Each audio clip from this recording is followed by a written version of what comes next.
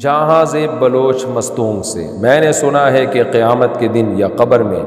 جب فرض نمازوں کا حساب ہوگا تو اگر وہ کم ہو گئی تو حکم ہوگا کہ اس کی نفل نمازوں کا حساب کرو، اور اگر نفل سے فرض کی کمی پوری ہو گئی تو حکم ہوگا اسے معاف کر دو اور جنت میں داخل کر دو، کوئی عذاب نہیں دیا جائے گا۔ کیا یہ سچ ہے؟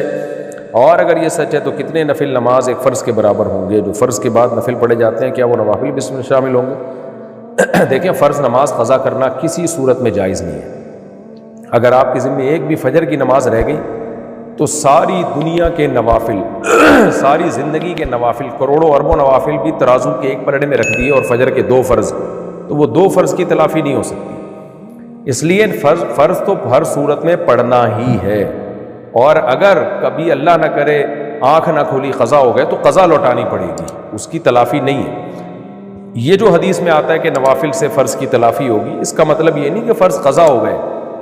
یا فرض آپ کے ذمے میں رہ گئے، اس کا مطلب یہ ہے کہ فرض پڑھنے میں کبھی کمی کوتاہی ہو جاتی ہے، خشوع خضوع نہیں ہوتا، دماغ پورا حاضر نہیں ہوتا، وہ پورے آداب سے نماز نہیں پڑھ رہے ہوتے، تو وہ کمی نوافل سے پوری ہوگی۔ اس نوافل میں نوافل بھی ہیں، سنت مؤکدہ بھی ہے، سب طرح سے کمی پوری